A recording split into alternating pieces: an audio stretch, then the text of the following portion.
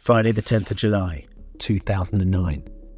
Thousands of British soldiers are deployed in Afghanistan, many of them stationed in Helmand province, site to one of the fiercest conflicts the war had ever seen. It was on this day, over 3,500 miles away at her home in Tidworth in the UK, that tragedy struck Nikki Scott and her family. Her husband, Corporal Lee Scott, had been killed in action, leaving behind her and their 2 young children, Kai and Brooke. Devastated but determined, Nikki founded Scotty's Little Soldiers, a charity providing relief from the effects of bereavement to children and young people who have experienced the death of a parent who served with the British Armed Forces. Scotty's is there to remind our bereaved military children and young people that they are not alone, and together form a supportive community. Since its inception in 2010, the charity has done an incredible amount for the military community. But behind it all is a woman who went through one of the worst pains imaginable, and in her pain, found a purpose. That woman is Nikki Scott, and this is her story.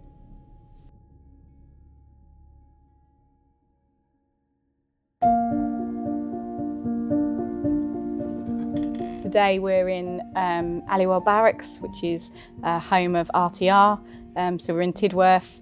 It's quite strange to come back. Like, this is where Lee was based, where we lived as a family before he was killed. So to come back 13 years later and actually be in the corporal's mess, where I think the last time I was in here was probably Lee's leaving do to go to his tour of Afghan. So a real happy time. So to come back and then see him on the wall behind me, like his memorial picture and stuff, is quite, it's quite. I feel proud when I come back. It just reminds me of Lee so much. But it obviously, was a big part of our lives that is no more a part of our lives, if that makes sense. How did you feel knowing that you were going to be coming back here to film this video?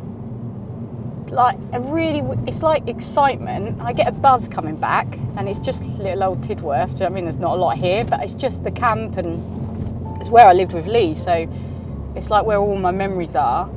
But so excited, but there's like a sick feeling as well, because I know now for the next few weeks that this is going to be all in my mind again, because it brings up, although Lee's always on my mind and he's always there, especially with Scotty's and everything as well, but you're not necessarily thinking about memories that you think of when you come back here. It triggers things every time I come back, and I don't come back that much, don't need to, but whenever I do, it really triggers your memories.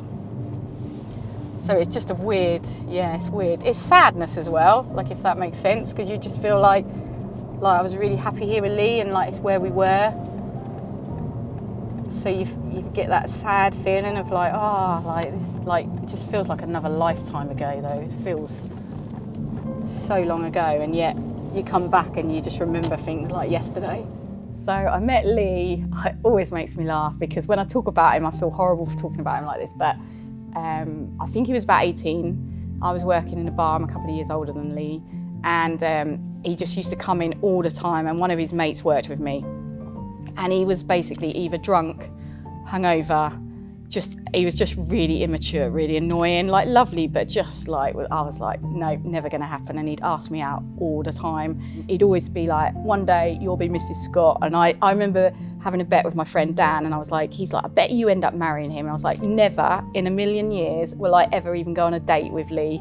And I always remember I went on holiday with my brother and some of our friends, and we were away for a week, and I remember saying thank goodness now we're away, that Lee lad, he'll forget all about me and he'll leave me alone a bit. And then we landed at the airport, and I turned my phone back on, and I couldn't believe it. My mate Dan had texted me and was like, guess who's got a job at the pub? And I was like, no. So then I started working with Lee, and grew even closer, obviously. And then I remember Lee telling me that he was leaving to go and join the army, and he'd never really spoken about that to me before, but apparently it was something he'd always wanted to do. And I remember thinking back then, I can't imagine you in the army taking orders off people, it's just not you. But and even when he went and joined, he was based out in Germany then, and just our friendship was just still really strong. So there was nothing more than friends for me. But every time he'd come back on leave or whatever, we'd meet up, and so I just got to know Lee like that. And looking back now, half of me thinks I wish I'd have said yes all those years before, and had even longer with him. And then the other half thinks actually, like, I feel like having that real strong friendship and really knowing each other inside out actually probably helped our marriage and our relationship, if that makes sense. He always had this feeling of like, if I needed Lee, I'd know he'd be there, even though he was in Germany. He just gave this vibe of like, if you need him, he's there. He was happy, like.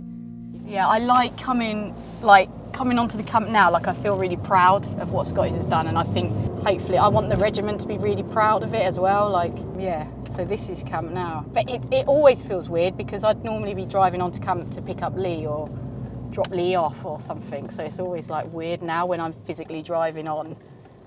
And we used to drive up to camp to get Lee because we only had one car at the time. And if you didn't get a lift back, like, I'd come in and Kai would always get out his bus pass to show the guard. It used to crack me up. He's like, oh, I've got my card. And he used to hold his bus pass up to the guard and the guard would be like, it's really cute. Yeah, so it was Halloween. And he'd obviously spent a lot of time thinking about it and prepping it because I remember coming home from work and he'd laid out like a load of like tea light candles all along in like a little path from my front door through the lounge into the back door. But the curtains were shut, and for some weird reason, instead of just following the path like most normal people would do, I went upstairs and looked out the back window, and I just saw him, and I can still picture him now, like he was stood, and there was George Michael music was playing. I think it was like Careless Whisper or something, and he was stood in a suit with a rose in his mouth, like, and he looked so nervous because he was just like staring at the back door, and I was like, I just realised what was happening, and yeah, came downstairs and came out, and like me being me, I'm really cruel, and I just started laughing and like, and then he asked me to marry him. I was so relaxed. It was just a really good day. I always remember the reception. Lee was calling me on the mic to come and dance, and I was at the bar doing shots with his two best men, like Mav and Moon, and I always remember that because I was like, it was like role reversal. Normally it's the men at the bar and the women on the dance floor. But there's so many parts that are just really, yeah, really special. It was just a really good, fun day when I look back on it. And I still live fairly near the church where we got married and stuff, which is really nice because I've been back there a couple of times on our anniversary and just sat quietly and remembered. The honeymoon was all booked. It was going to be amazing. Off to Egypt, and then Lee's got put on the commandos course. So was sent off to Bovington to do a course. So I was gutted, like, and this was my first proper experience of being like, oh, here's army married life. Like, literally my plans had just been, but I remember being really anti-army from the minute I heard about that, which was before the wedding. But I've since learnt very quickly that, like, that's just how it goes, and things, like, obviously, yeah, I got to, there was parts that I understood and I got to know, but I think it's very different when you live on a garrison with the whole community around you. That's when I really felt like it was always Lee was in the army, but then when we lived together on the garrison, surrounded by the regiment, that's when it felt like we were in the army, if that makes sense. I mean, it's hard at first because you have to adjust to like not having your family nearby and not knowing anyone as such, but I don't know, everyone's in the same situation, everyone's away from their families, everyone's used to their husbands or wives going off for weeks on end, and everyone's generally got young children, so you just get to know each other and you get a lot tighter because of what it involves. It literally brings back loads of memories. I had loads of friends that lived all around here. But my house, in fact I can pull in this lay-by, so my house was Richmond Crescent, which is just, it is literally, so this first building here, it's the second house. Oh, it's all been fenced off. Number 20, that's really weird. It looks really sad as well. It's very weird being back though. Just so many happy memories in that house of like Kai especially, just with Lee, and yeah, you kind of like always got Lee on your mind, but you don't think of, you don't give those particular thoughts. You don't think about that stuff, I guess. But I can literally, like, just looking at those doors and was like, oh my God, it's ridiculous, isn't it? You're just looking at a house, like looking at doors. You're not even inside it. I'd never want to go in it, to be honest.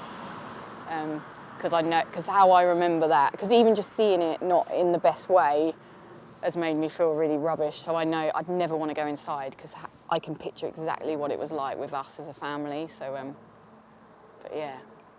He was a really good dad. Like I didn't give him enough credit, like when he was around, to tell him, to be honest. He was just so hands-on and so proud of like his kids. Their relationship was really special. Like him and Kai used to play like their army figures, or they'd play hide and seek, but actually just, you know, even after work, would make the effort to sit down and play with him. Not, you know, like, and I don't think many people do that. And the same with Brooke, you know, changing nappies, bottles.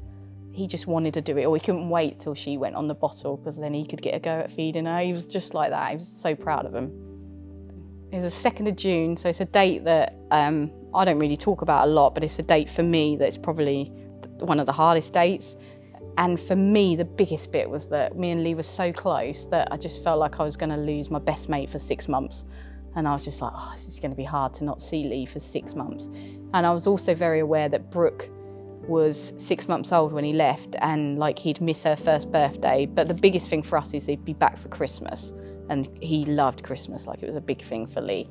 And I remember being so strong and not crying or anything, and I hugged him, like said we love each other. It was just hard. We're like, and all we could focus on was like when he was coming back for R&R. So that's just, he's like, focus on that. Like, we'll just count down to when I come back for a couple of weeks.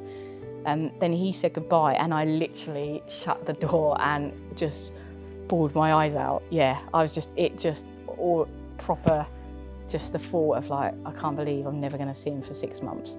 Like, obviously now when I look back at it, it's just like, I can't believe that was the last time I ever saw him. I feel emotional now, sorry. But yeah, it's just weird, yeah. And it was so long ago. Like, now it's like 13 years on. It was so long ago, but I can remember that. It was probably a couple of weeks leading up to Lee's death that I felt something change, and that I'd had a call from welfare. I remember I was out shopping and I'd had a call to say that Lee was fine, but there had been an incident and someone from their troop had been killed. And I remember at that point just feeling like, oh, I don't know. I just remember I just went home and I felt I went around my friend's house, Laura, because she was obviously in the same, and I just remember thinking, God, that was close. Like, this must be this. They're really in the thick of this. This is actually real. I can't believe Lee's out there doing this. But then in the back of my head, I was also like, well, that was the close call. Like, that you felt really insecure. You suddenly just felt really lonely and really like, you knew where they were and that they were actually in the thick of it.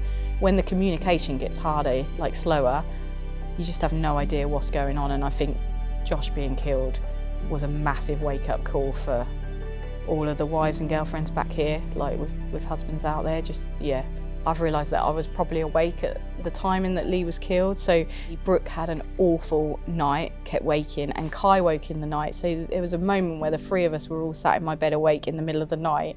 From the moment I woke up the next morning, felt really flat.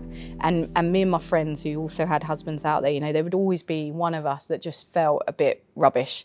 And we'd meet up, we'd go for a walk, take the kids to the park, and we'd like cheer the other one up. And that day, 10th of July, was my day to feel really low. I spoke to Lee just before that, and when Josh had been killed, and he just weren't the same Lee. Like, that phone call then he was really emotional, didn't want to be there, said he was signing off when he got back to Camp Bastion, was talking about like blood and having to wash blood off in the river and just all this stuff that Lee would never ever have normally told me, ever. Like, he just wasn't in Lee's way. But it felt like he was just talking. And then I had one more phone call since that phone call, because I wanted to go and give him a hug and help him. And I knew also he was still out of Camp Bastion, like they were still in the fobs, so I knew he wasn't still safe. And then I spoke to him, once more after that, and he sounded much more, I don't know, just like the old Lee, perky, and just a lot perkier and a lot like more like, I'm raising morale, I'm getting the boys back, we're going to do this for Josh, we're all right, like, and a lot more like the old Lee. And I'm really glad I had that conversation, because the one before it was just, he just said, I've never seen anything like this and I don't want to be here. And that hurt, because I just was like, wow, He'd never normally tell me stuff like that. It'd been, 5 days since I spoke to him, and I remember saying to Laura, like, it's been 5 days. She's like, he'll ring tonight, he'll ring tonight. I just felt really rubbish. And I was coming back from the park, they'd gone off their ways. I had to go and pick Kai up from school, and I was walking back to get my car. And as I walked up to the top, I could see 2 cars drive past me, and I don't know how, but one man was in a suit and the other man was in combats, and I didn't recognise them, but as they pulled round my corner, I instantly knew that they were coming to tell me something. And I remember crying as I was walking down the street, because I just knew. I literally came up to them as they got out of the car, and I said, "Are you looking for me?" And they said, "Are you Corporal Lee Scott's wife?" And I said, "Yeah, like what's happened? What's happened?" And they asked me to come inside, and I said, just tell me. And I remember we just stood in the hallway of my house, and I must have been getting Brooke out the buggy, because then he said, "Can you just hand your baby to my colleague?" I was just like, just tell me, like, what's happened to Lee? Is he hurt? And then they just said, like, that Lee had been killed by an IED, and that they didn't know much information at that point. I can't even remember going up the stairs to my lounge. Like, I can't really remember anything. I just was so, God, it's really hard. I think it's being here as well and just coming back. But yeah, you just never ever, even though I knew where he was and Josh had been killed and I knew how bad it was, as much as I tried to protect myself, I wasn't stupid, and but you never ever think it's going to be you that it happens to, or Lee. And I instantly thought of Kai, and it completely, so automatically you're going into what does Lee want me to do here? So I rang a few people, and I rang his dad, and like, to tell a grown man that your son's been killed and hear that man just, and then the same with my parents, and everyone felt so far away because they were a 4-hour drive. This was a Friday afternoon, but it just felt like there'd be ages before they'd be here.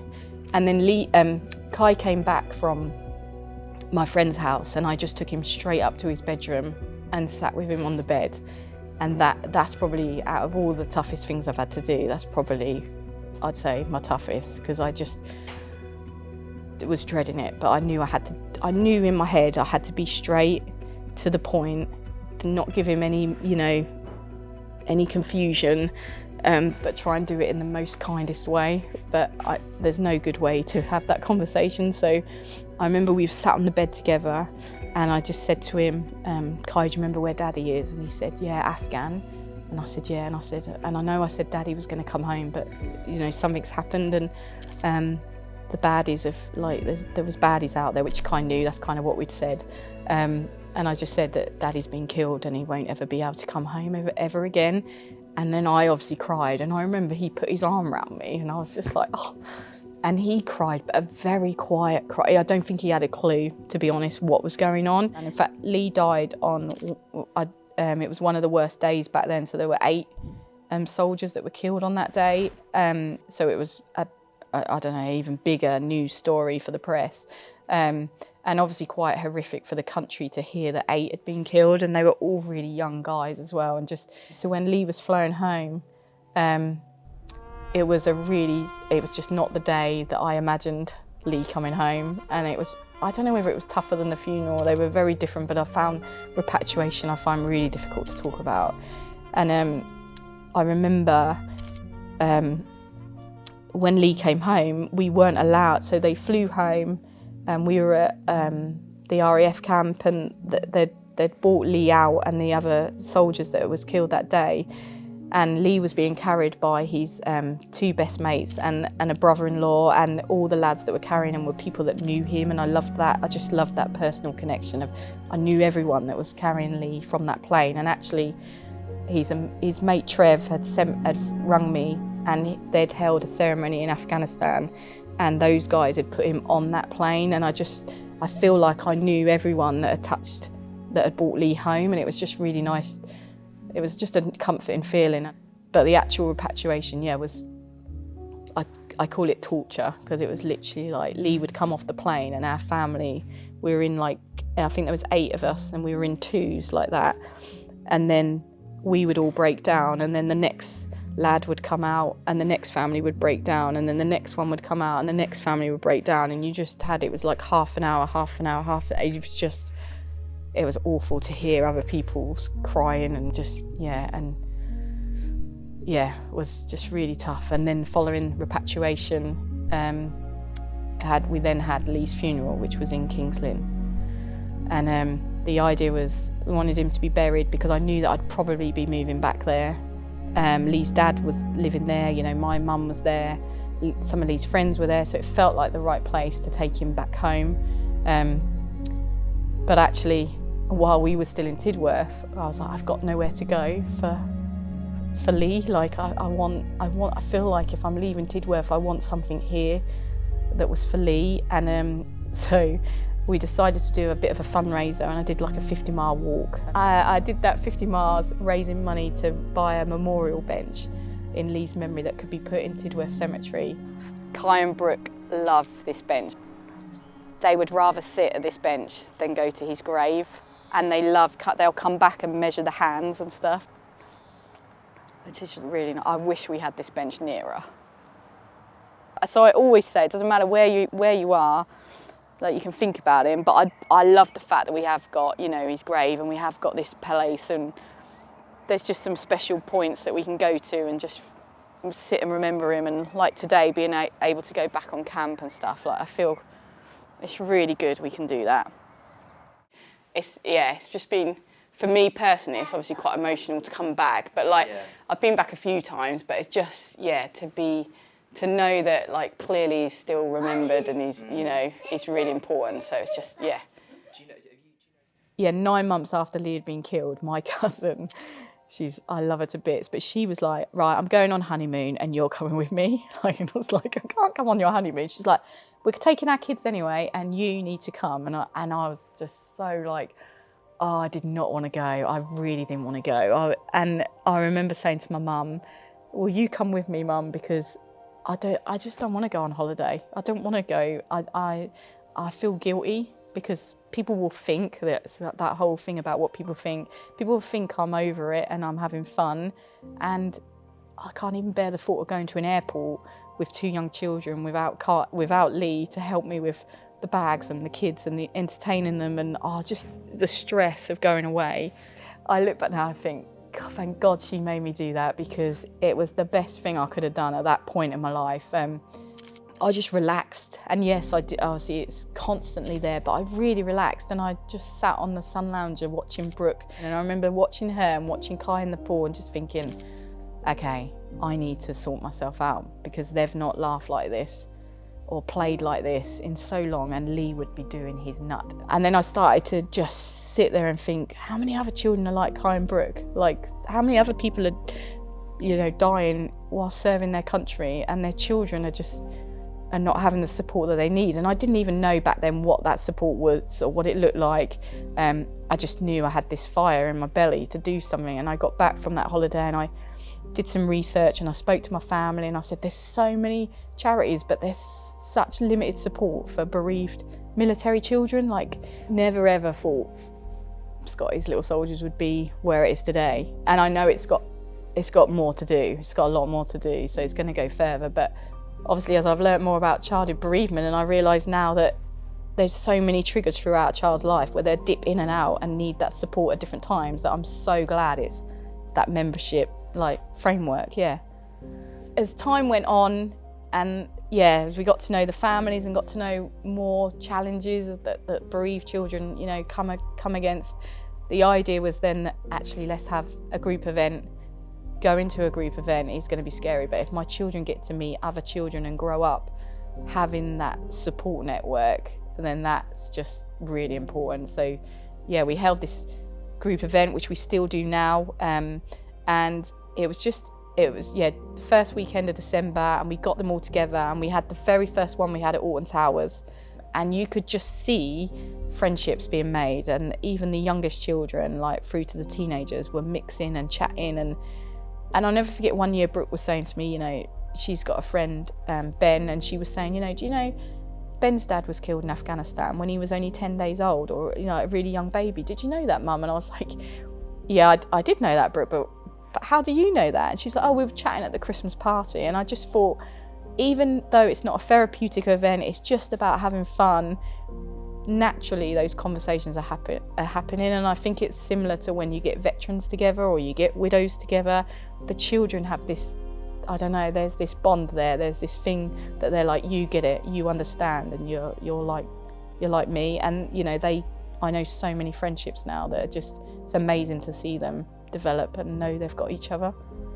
It's just, I just look back now and think, it doesn't matter that I didn't know what I wanted to do when I left school, and it doesn't matter that my road went a bit like this, but I truly feel that what I'm doing now with Scotty is the fact that I go to work and I love it, and I'm doing something that's helping so many young children. It's just an amazing feeling. And yeah, there are some really hard times at work, you know, and there's when you see new families joining and you just think, oh, you just really feel it, because you just know they're at the start of that journey, and it's just, you feel for them. And and there's new families coming forward all the time, and there's no, even though you have something in common, no family situation is the same, you know, no cause of death is exactly the same, and it's just really hard. But then you see the progress that family makes, or the impact the charity has on helping that family, and you think, this is why we do what we do, and this is why it's important to keep going.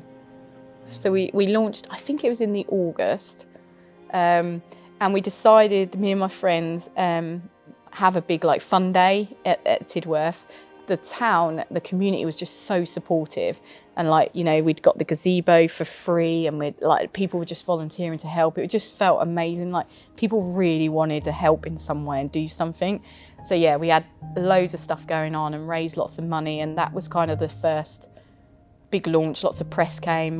My friend Brendan did a massive, like, he biked from King's Lynn to Tidworth and finished at the launch, which was crazy. So there was loads of stuff going on, and it was just a field. I think it had like a toilet block, like a little hall bit as well, like a community centre. And now I'm not sure what's going on. That's interesting. So that's a memorial. We remember those from Tidworth who fell in these conflicts. Yeah, and then the 4th Afghanistan War, 2001 to 2014. Feels like quite a nice place to end, I think, as well. Like, this is where it began, and now it's like a memorial. And I've kind of like, yeah, finished telling my story and what had happened, and now I'm just, yeah, looking to the future, and just, I want to just continue with Scotty's. You know, Scotty's is completely like, having Scotty's Little Soldiers has just, I don't know, changed my life. I never in a million years thought I'd be doing what I'm doing now, like 15 years ago. I'm in a totally different place, you know, I'm remarried, got 2 more children.